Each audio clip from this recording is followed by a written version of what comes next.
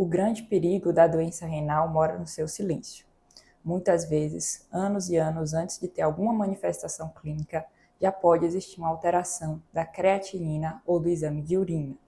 E esse paciente acaba descobrindo que tem algum problema renal somente já no contexto de uma emergência clínica. Mas antes disso, podem acontecer alguns sinais e sintomas que devem ser notados e devem ser observados de perto por pacientes que tenham risco de ter uma doença renal. Olá, meu nome é Maria Gabriela, sou médica nefrologista e hoje nesse vídeo nós vamos conversar sobre os 8 sinais que você não deve ignorar e que podem indicar algum problema na função dos seus rins. E para entender melhor esses sintomas, eu não tenho como não explicar quais são as funções dos rins, né?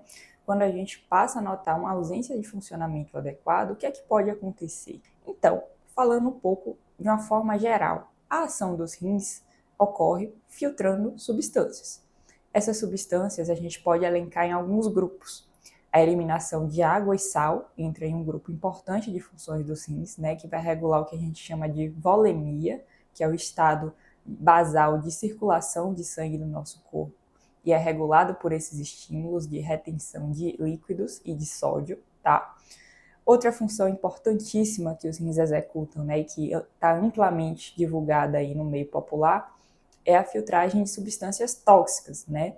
Então, os rins eles têm uma alta capacidade de eliminar toxinas que são resultados do metabolismo do nosso corpo, mas que se ficarem retidas, né, elas vão acabar levando a sinais e sintomas de gravidade, como a ureia e diversas outras substâncias.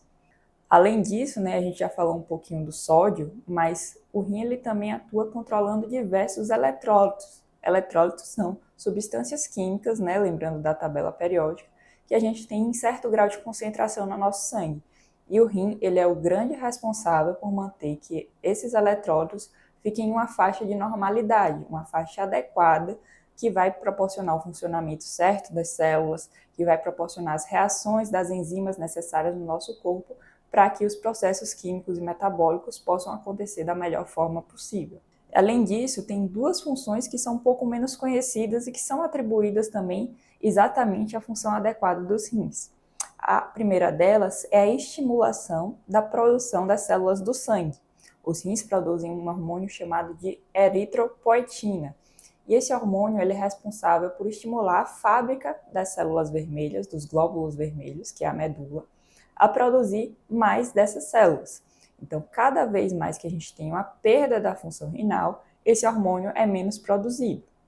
E por último, mas não menos importante, talvez uma das funções menos conhecidas dos rins, que é a estimulação e a ativação da vitamina D, né? Uma substância que é também muito conhecida do ponto de vista prático por muitos pacientes, mas que tem sua forma ativa gerada nos rins. E isso ajuda na saúde, principalmente dos ossos, e na formação adequada dessa estrutura óssea. Já entendendo como os rins atuam no nosso corpo, um dos primeiros sintomas que eu quero falar para vocês é sobre o inchaço, sobre o edema. O edema ele acontece no contexto renal quando há uma grande retenção de água e de sódio, quando isso não é eliminado da forma correta, tá? E esse edema característico da doença renal muitas vezes se manifesta como um inchaço nas pernas, tá? E às vezes o inchaço ao redor dos olhos, que a gente chama de edema periorbital. Esse achado de edema, ele não é exclusivo de doenças renais, e isso é importante que você saiba, porque existem outras doenças com também potencial gravidade, como doenças cardíacas, doenças hepáticas, que podem levar a um inchaço. Então, sempre que você está em frente a esse sinal, né, do edema, é importante seguir com a investigação para avaliar se tem realmente a disfunção de algum órgão, se é um quadro relacionado a algum problema vascular ou se tem alguma outra situação acontecendo.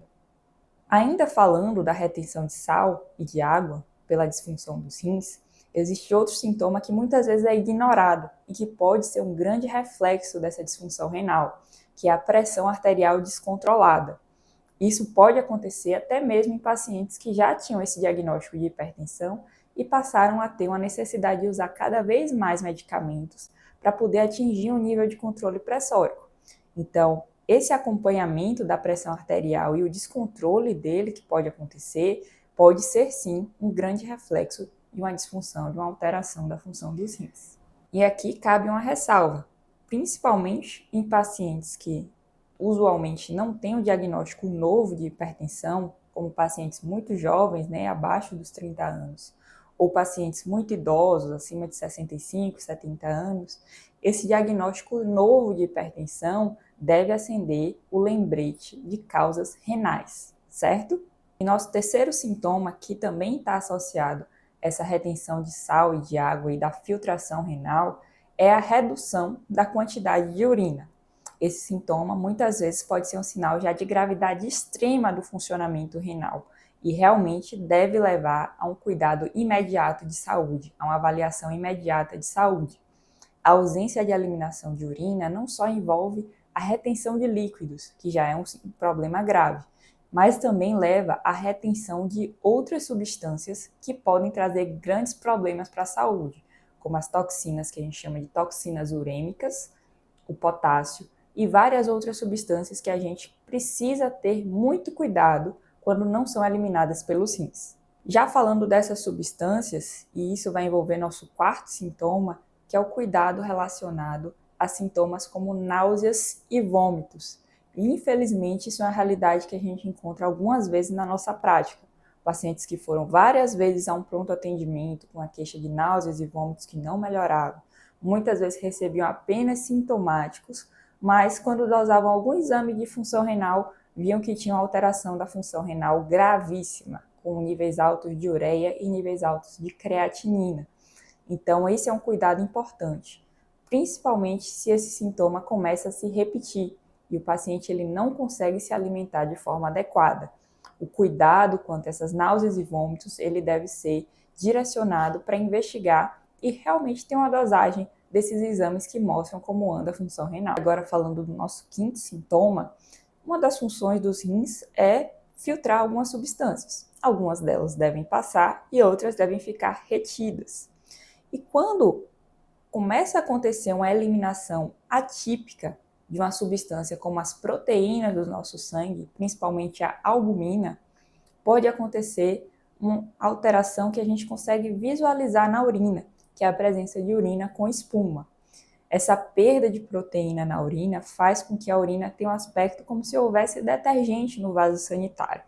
Pode ser um achado completamente inespecífico, né, principalmente em homens pela questão da gravidade. Então, se realmente houver esse achado, né, essa observação no vaso sanitário, isso deve levar e desencadear uma investigação relacionada à perda de proteína na urina, porque esse sinal de perda de proteína pode não só ser um sinal de doença renal, como também um dos grandes fatores progressores dessa doença renal, fazer com que ela avance muito mais rápido, e aí cabe o papel do nefrologista de atuar e impedir que essa perda de proteína se propague. Quanto ao nosso sexto sintoma, a gente vai falar sobre cãibra. Cãibra pode ser um sintoma extremamente desconfortável, quem já sentiu sabe. E no caso da doença renal, ela acontece principalmente por um desbalanço daquelas substâncias que a gente falou, como os eletrólitos. O paciente ele pode ter cãibras intensas, que normalmente não respeitam tanto um horário do dia, mas que acontecem por um desbalanço de substâncias como o potássio ou como o cálcio. Não é para gerar um alarde tão grande, né? A gente sabe que na prática clínica existem várias causas para esse sintoma, mas, novamente, quando um sintoma começa a recorrer e começa a gerar incômodos frequentes no paciente, uma avaliação mais de perto deve ser feita para entender se realmente isso está no contexto de uma doença mais perigosa, como é o caso da doença renal crônica. Quanto ao nosso sétimo sintoma, é uma queixa que, se eu falar aqui, muita gente não vai relacionar com problemas renais, que é a queixa de prurido, ou seja, coceira. A queixa de prurido ela pode estar relacionada com diversos quadros clínicos, desde aqueles que levam a lesões dermatológicas, aqueles que não têm nenhum aparecimento de lesão na pele, né? Mas a gente pode observar que a queixa de prurido, ela, no paciente que tem doença renal, acontece já também tardiamente. Normalmente não aparecem lesões na pele associadas, ou existe uma pele muito seca que também pode contribuir com essa queixa. E o paciente ele tem esse desconforto grande associado a esse sintoma, podendo até atrapalhar o sono. Isso acontece também pelo acúmulo de diversas substâncias relacionadas aí também ao fósforo e a outros contextos que deveriam ser melhor controlados pelos rins e acaba levando a tal situação para esses pacientes. Então lembra aí, prurido também pode estar associado à doença renal. E por último, mas não menos importante, uma queixa que a gente precisa falar aqui, que é o cansaço, que é a fadiga. Essa queixa, que é muitas vezes subjetiva e pode estar associado também a tantos outros contextos de cuidado, de hábitos do próprio paciente, mas que na doença renal tem fatores explicativos para essa associação, como, por exemplo, a anemia gerada pela não produção de glóbulos vermelhos, a inflamação, tá?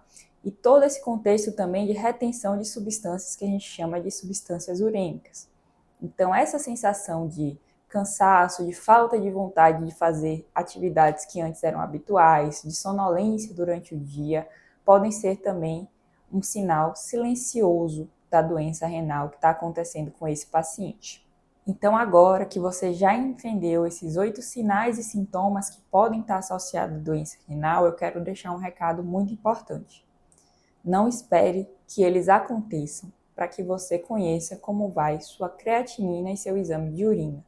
Sempre que você passar por uma avaliação clínica, com avaliação com o médico, pergunte como é que vão esses exames, porque eles são a forma mais eficaz de diagnosticar de forma precoce a doença renal, antes que surjam sinais ou sintomas com potencial de gravidade e que trazem tanto desconforto para nossos pacientes. Eu espero que você tenha gostado do vídeo. Não se esqueça de se inscrever. Se tiver qualquer dúvida, pode deixar aqui nos comentários. E muito obrigada!